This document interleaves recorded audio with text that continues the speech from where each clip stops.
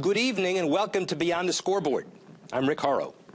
On January 15, 1967, the first World Championship game between the AFL and NFL was played at the L.A. Coliseum between Vince Lombardi's Green Bay Packers and Hank Stram's Kansas City Chiefs. Fast forward to February 7, 2016 and Super Bowl 50, the crown jewel of the football season. It's now an unofficial American holiday. Just look at how the Super Bowl's changed since that very first game. Super Bowl I was seen by just more than 51 million people on two TV networks, NBC and CBS. The viewership for Super Bowl 50 expected to exceed last year's 114.4 million people, and that's on television alone. The most expensive ticket back in 1967, $12. Right now on VividSeats.com, the most expensive ticket for a suite seat at Levi Stadium on Sunday is listed at more than $246,000.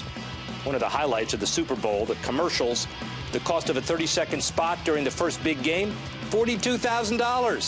CBS is asking for an estimated $5 million for 30 seconds this Sunday. And the game has gone from having the Arizona and Michigan marching bands at halftime to Beyonce, Coldplay, and Bruno Mars. Joining us now, lawyer extraordinaire, good friend, commissioner of the NFL for 17 years, Paul Tagliabue. Thanks for being with us.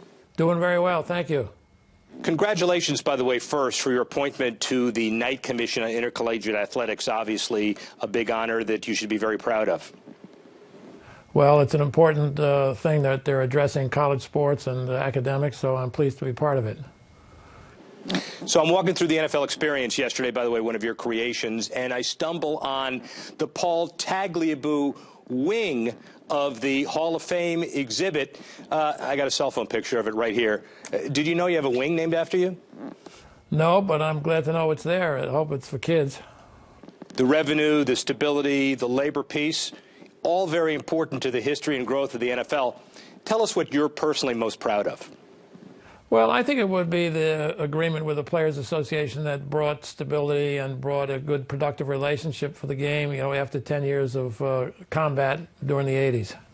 All right, my friend, you have a magic wand. You can reverse anything you did during your tenure. What, in hindsight, might you have done differently?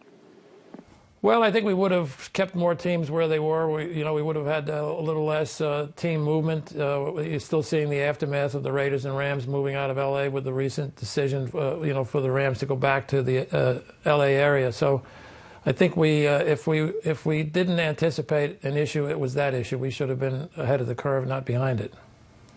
You've had so many accomplishments. Tell us specifically what was the hardest to do.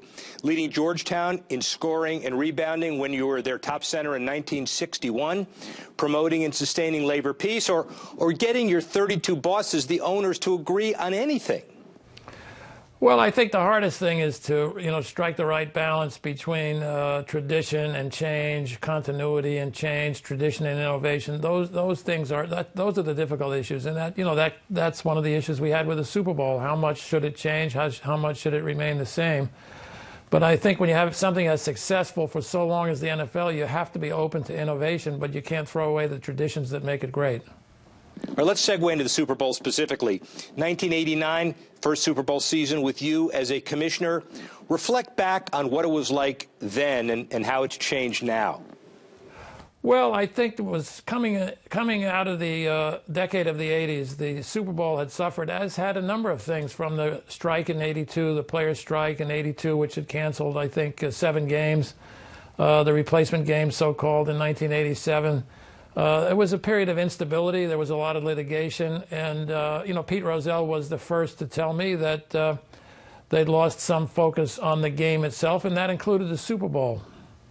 So we had to understand that the Super Bowl is just a piece of a larger, what I call an ecosystem. It's one piece of a big puzzle. We had to get a lot of the pieces together in a new way, and that's what we did. Super Bowls are all about defining moments in America's culture. Choose one. Was it 91 after the Iraq War when you chose to play in Tampa? Was it 93 when you moved the game from Phoenix to Pasadena over the Martin Luther King holiday issue? Or was it the wardrobe malfunction or a combination?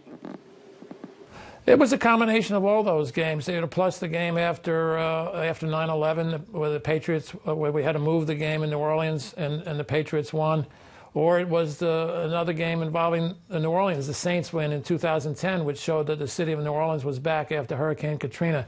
So there were lots of great moments of the Super Bowl in my 17 years and many years before that. When you took over for Pete Rozelle in 1989, did you ever think that the cost of a ticket would be 14 grand a seat and that over 1.5 million workers would call in sick the day after the Super Bowl? You created a monster.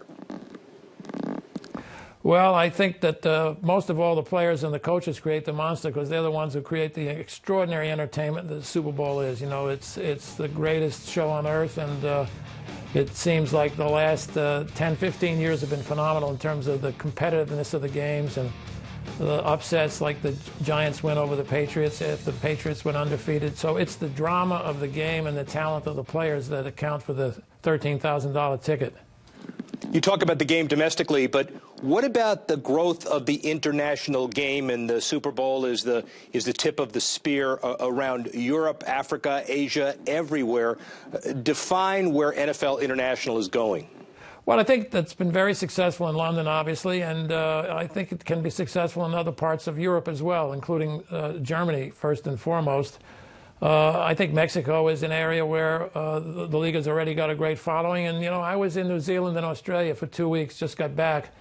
And I was amazed. The last hotel I stayed at in New Zealand, the guy who was showing me around the city was a huge NFL fan.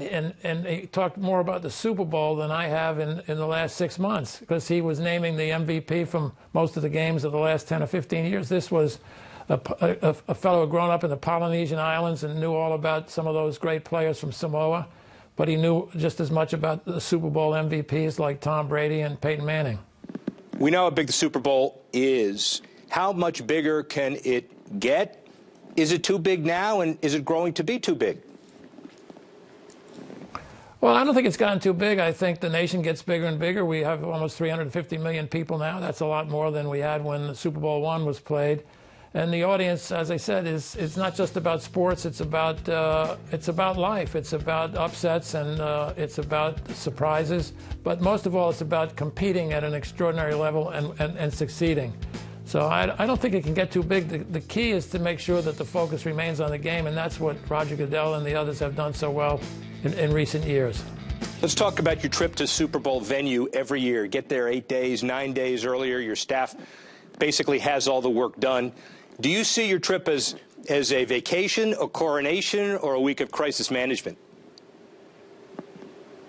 Well, I tried to view it as a week of community engagement. I thought that what the community expects, what the fans expect, is for the commissioner and other league representatives to be involved in the host city. The host city puts so much energy, effort, so many resources, so much volunteerism into the game. I used to feel that my main responsibility Super Bowl week was to pay attention to the local fans, the local volunteer leaders, and local community organizations. And we did that for all 17 years that I was commissioner. You get to a town, what's the one thing you most worried about every single year? Well, you worry in this environment about security. You worry about injuries to the players. You worry about the weather. But I think mostly today it's about the health and safety of the players and the health and safety of the fans, which translates itself to security. Super Bowl 50 only comes along once. Define the special legacy and nature of Super Bowl 50 for the Bay Area and the league. Well, it's a great opportunity to celebrate something that is an annual, it is a midwinter national holiday, but just as important, it is the crowning moment of extraordinary athletic competition. And, there was a great game in San Francisco. I was there in Stanford Stadium, and the 49ers, of course, were one of the teams that defined the 50 years of Super Bowl history. So for the 49ers in the Bay Area to host this game, I think makes a lot of sense, and I think they'll do a fabulous job as hosts. Where are you watching the game? I'm watching it at home in Washington, D.C. Who's going to win? Can't tell you that. I was at the last one with Denver and Seattle. I thought it was going to be a close game. It turned out that it wasn't. But I think this one will be. But I can't tell you who's going to win. It's the new fabulous quarterback against the older fabulous quarterback, and but it turns on so much other than the quarterbacks, and we saw that in the conference championship games. The defenses are obviously critical, but I'll leave the picking the winners to the sports writers who know more about football than I do. Ambassador, statesman, great lawyer, friend, defined the NFL for 17 years, and obviously, based on that answer, a master politician. Paul Tagliabue, thanks for stopping by.